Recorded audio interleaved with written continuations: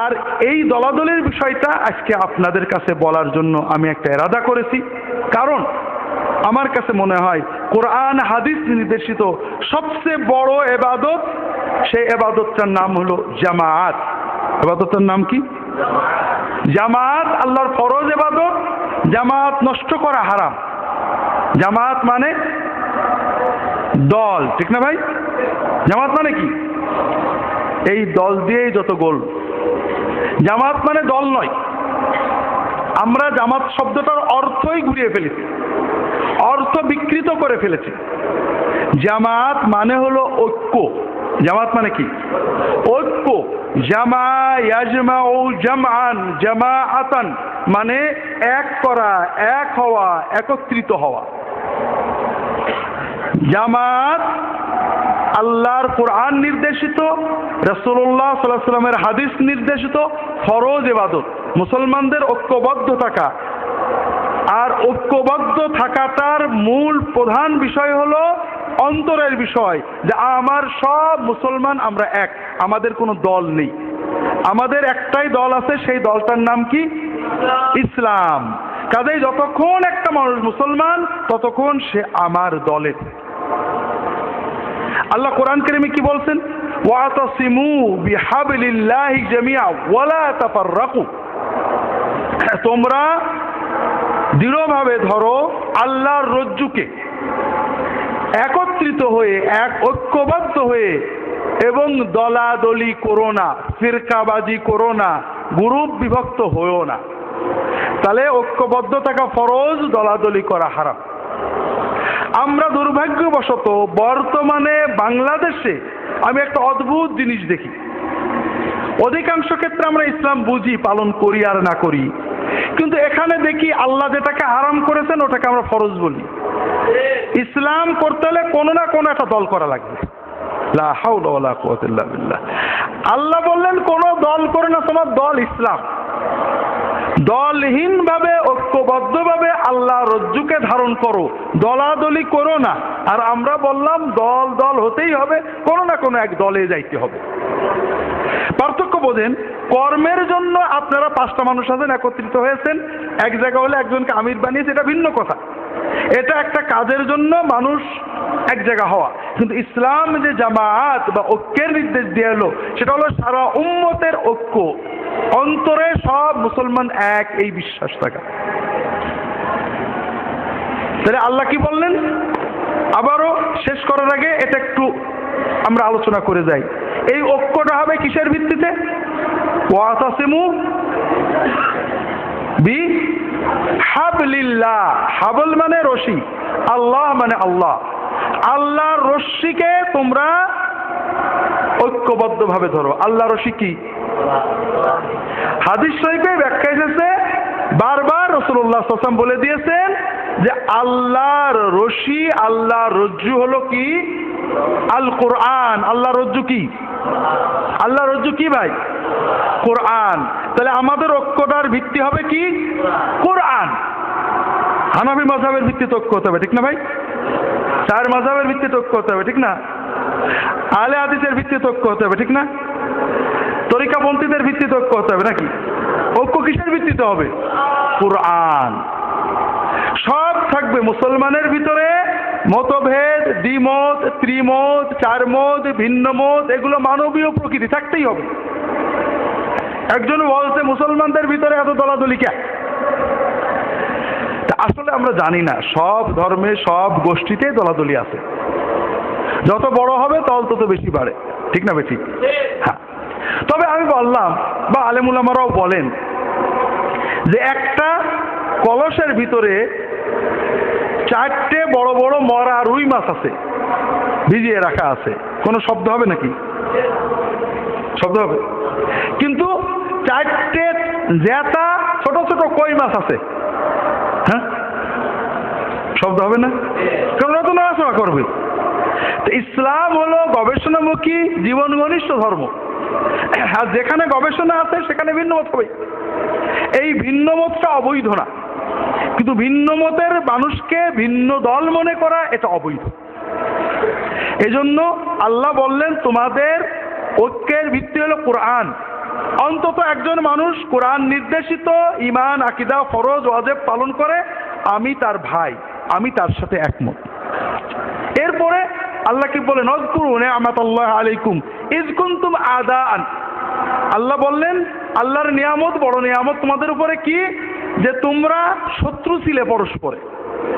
ফাআল্লাফা বাইনা কুলুবিকুম ফাসবাহতুম বিনি'মাতিহি ইখওয়ানা। তোমাদের অন্তরের ভিতরে পরস্পরের মহব্বত দিয়ে দিল, উলফত দিয়ে দিল। ফাসবাহতুম বিনি'মাতিহি ইখওয়ানা, তোমরা ভাই ভাই হয়ে গেলে। তাহলে ইসলামের এই যে ঐক্যের ইবাদতের আরেকটার নাম হলো ভ্রাতৃত্ব। কি জিনিস? আমরা সকল মুসলমান কি ভাই। আমি গতকাল আপনাদের বলেছিলাম ভাইরা, আমরা যখন সাহাবীদের যুগে তাকাই, যারা আমাদের মডেল, তাদের যুগে ফিকহি ইখতিলাফ ছিল। এমনকি বিশ্বাস করেন খারেজি সম্প্রদায়, শিয়া সম্প্রদায়, আকীদাগত মতভেদ তৈরি হয়ে গেছে সাহাবীদের যুগে।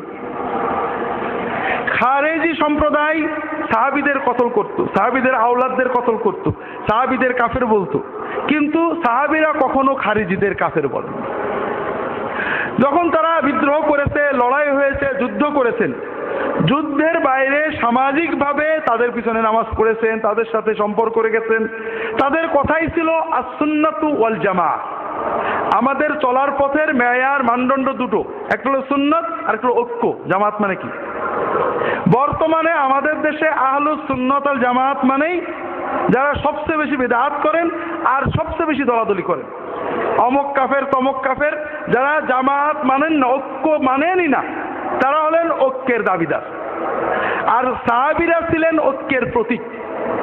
তারা ফিকহি মাসআলা তো দূরের কথা, আকীদাগত মতভেদেও তাদের বিরোধিতা করতেন, তাদের বিভ্রান্ত বলতেন, কিন্তু কখনোই মুসলমানকে কাফের বলতেন না। কথা কি বুঝতে পারছেন? আপনার সাহাবীদের জীবনী পড়েন, আমার লেখা ইসলামী আকীদা বইটা পড়তে পারেন, অথবা ইমাম আবু হানিফা রাহমাতুল্লাহ আলাইহির লেখা আল ফিকহুল আকবরের একটা চ্যাপ্টারে উনি রেখেছেন, আমি বিস্তারিত ব্যাখ্যা করেছি। ওনার ফিকহুল আকবর, ফিকহুল আফসাদ, ইমাম তাহাবির আকীদা তাহাবিয়া, অন্যান্য বিভিন্ন আইম্মাদের আকীদার বইয়ের আলোকে বিস্তারিত দেখবেন যে ভ্রাতৃত্ব, ঐক্য কত বড় জিনিস, আর দলাদলি এবং বিশেষ করে মুসলমানকে কাফের বলা কত ভয়ঙ্কর পাপ। এই জন্য আল্লাহ এর পরের আয়াতে কি বলছেন? ওয়ালতাকুম মিনকুম উম্মাতুন ইয়াদউনা ইলাল খায়র ওয়া ইয়া'মুরুনা বিল মা'রুফ ওয়া ইয়ানহাউনা আনিল মুনকার ওয়া উলাইকা হুমুল মুফলিহুন। তোমাদের ভিতরে কিছু মানুষের এই দায়িত্ব পালন করতেই হবে যে তারা ভালো কাজের আদেশ করবে, মানুষকে ভালো কাজের দিকে ডাকবে, সৎ কাজের আদেশ করবে, অন্যায় থেকে নিষেধ করবে, এবং এরাই সফল কাম। এর বিপরীতে ওয়ালা তাকুনু কাল্লাযীনা তাফাররাকু ওয়াখতালাফু মিন বাদি মা জাআহুমুল বায়িনাত ওয়া উলাইকা লাহুম আযাবুন আযীম। আর ওদের মতো হয়ো না যারা আল্লাহর আয়াত নিদর্শন পাওয়ার পরেও দলাদলি করেছে, পৃথক হয়ে গিয়েছে। তাহলে আল্লাহর কোরআনের অন্যতম নির্দেশনা এবং ইসলামী দাওয়াতের মূল বিষয় ঐক্য। আমরা বর্তমানে এই জায়গা থেকে অনেক দূরে সরে গেছি ভাইরা।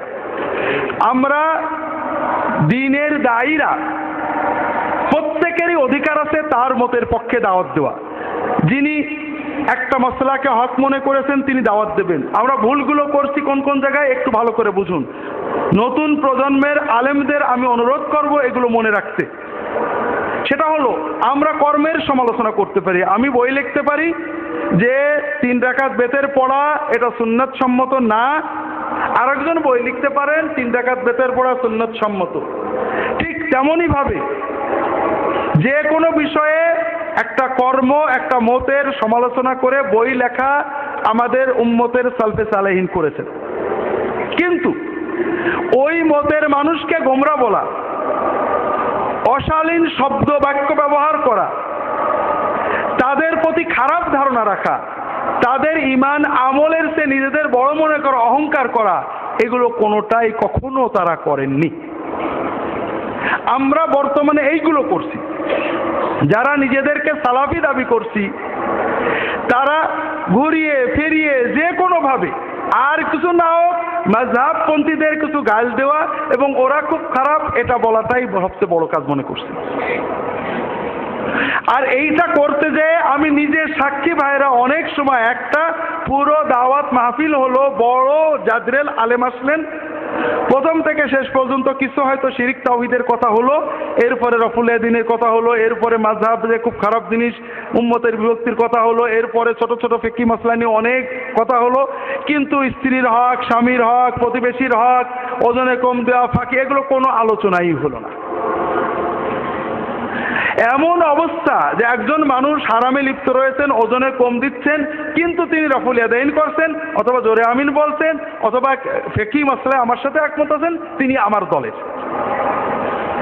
ঠিক এর বিপরীতে আমাদের বাংলাদেশের অনেক অনেক আলেম মসজিদের ভিতরে হয়তো একজন মানুষ জোরে আমিন বলেছে, অথবা মসজিদের ভিতরে একজন ইমামের খুতবা হওয়ার সময় দুখুলুল মসজিদ, তাহিয়াতুল মসজিদ পড়েছে, অথবা রফুল ইয়াদাইন করেছে, বা এইরকম কোন হানাফি মাযহাবের বাইরে কাজ করেছে, তাকে গালি দেওয়া, তওবা করানো, রাগ করা, অথবা ইমাম সাহেব বলে দেওয়া, দেখো ভাই এটা হানাফি মসজিদ, কেউ জোরে হানাফি মসজিদ কেউ জোরে আমিন বলতে পারবেন না। ভাই মসজিদ কি হানাফি হয় না ইসলামী হয়?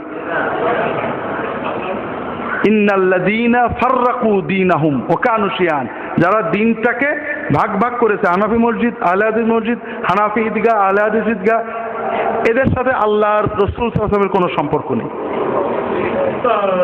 সাহাবীদের যুগ থেকেই মানুষেরা ভিন্ন ভিন্ন মত পোষণ করেছে। আমরা বিশেষ করে যারা মাযহাব মানেন তার মাযহাবই ঠিক, তাহলে পরে আমি কেন ব্যতিক্রম মাযহাবকে গালি দিচ্ছি? আমি আমারটা ঠিক বলতে পারি, আমার পক্ষের হাদিসগুলো বলতে পারি। আমার মসজিদের ভিতরে একেবারে কঠিন হারামে লিপ্ত মানুষ আছে, জোরে আমিন বললে বেশি গুনাহ না দাড়ি চাচলে বেশি গুনাহ? জোরে আমিন বললে বেশি গুনাহ না ধূমপান করলে বেশি গুনাহ? জোরে আমিন বললে বেশি গুনাহ, অথবা রফুল ইয়াদিন করলে বেশি গুনাহ, না কোরআন শরীফ ভুল পড়লে বেশি গুনাহ? কোরআন শরীফ ভুল পড়ছে, হারামে লিপ্ত আছে, কুফরি কথা বলছে, ধূমপান করছে, মসজিদে নামাজ পড়ছে, বের হওয়ার কথা বলছি না, কেউ আকার ইঙ্গিতও বলছি না, প্রকাশ্যও বলছি না, কিন্তু একজন লোক জোরে আমিন বলল, রফুল ইয়াদিন করলো, আমি মসজিদ থেকে বের করে দিলাম, তার বিরুদ্ধে বিশাল ওয়াজ মাহফিল করে দিলাম। এই যে ধারা বর্তমানে চালু হয়েছে, আমি যাদের কাছেই যাই প্রান্তিকতা সেখানে দেখতে পাই। যারা হাদিসের নাম বলছেন তাদের ভিতরেও প্রান্তিকতা, ওই একই অবস্থা, ঘুরিয়ে ফিরিয়ে সহিহ হাদিসগুলোকে জয়ীফ বানিয়ে ফেলা। ঈদের তাকবীরের 12 তাকবীর, 6 তাকবীর সব হাদিস সহিহ, শেখ আলবানিও বলেছেন সহিহ। এখনো অনেকে বই লাগছে না সব জয়ীফ, 12 তাকবীর ছাড়া কোনো হাদিস নেই। ঘুরিয়ে ফিরে সহিহ হাদিসগুলোকে জয়ীফ বানানো হলো। হানাফিরাও যা করছে, আহলে হাদিসরাও তাই করছে, শাফিঈরাও তাই করছে, একই কাজ করছে। আবার জয়ীফ হাদিসকে জোর করে সহিহ বানানো।